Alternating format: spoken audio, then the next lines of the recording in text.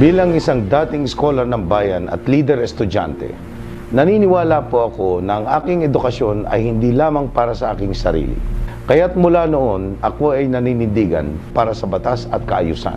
Sa pakikipagtulungan sa ating pamahalaang panlungsod, ay matagumpay na naipaglaban namin at naipakulong ang masasamang elemento sa ating lipunan.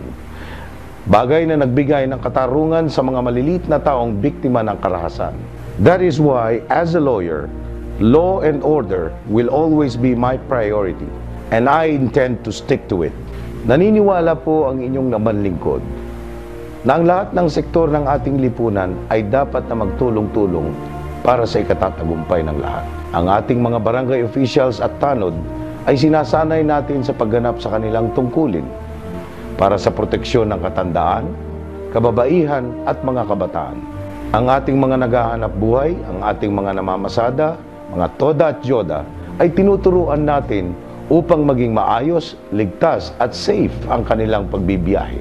Sapagkat kapag ang taong pribado ay nakipagtulungan sa mga namamahala sa ating pamahalaan, ay nagkakaroon ng higit na kaayusan. Let it therefore be said that in Malolos, everyone is equally protected by the law. Kaya po naniniwala ang inyong abanlingkod na ang pangunahing hakbang na dapat nating isakatuparan ay ang pagkakaroon ng Kodigo ng Malolos, na kung saan ay pagsasama-samahin na natin ang lahat ng mga batas na naipasa ng ating konseho. Sa ganong paraan ay makikita natin kung aling mga batas ang dapat nating baguhin o susugan.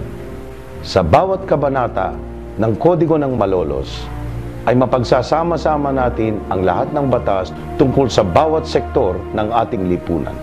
At ito ang magiging pundasyon ng lahat ng mga makabuluhang batas na ating iaakda sa ating susunod na konseho. Mga kababayan, naniniwala po ako na lahat tayo'y nagmimithi ng batas at kaayusan para sa tahimik na buhay. Narito ang inyong abanlingkod. Pagutusan po ninyo.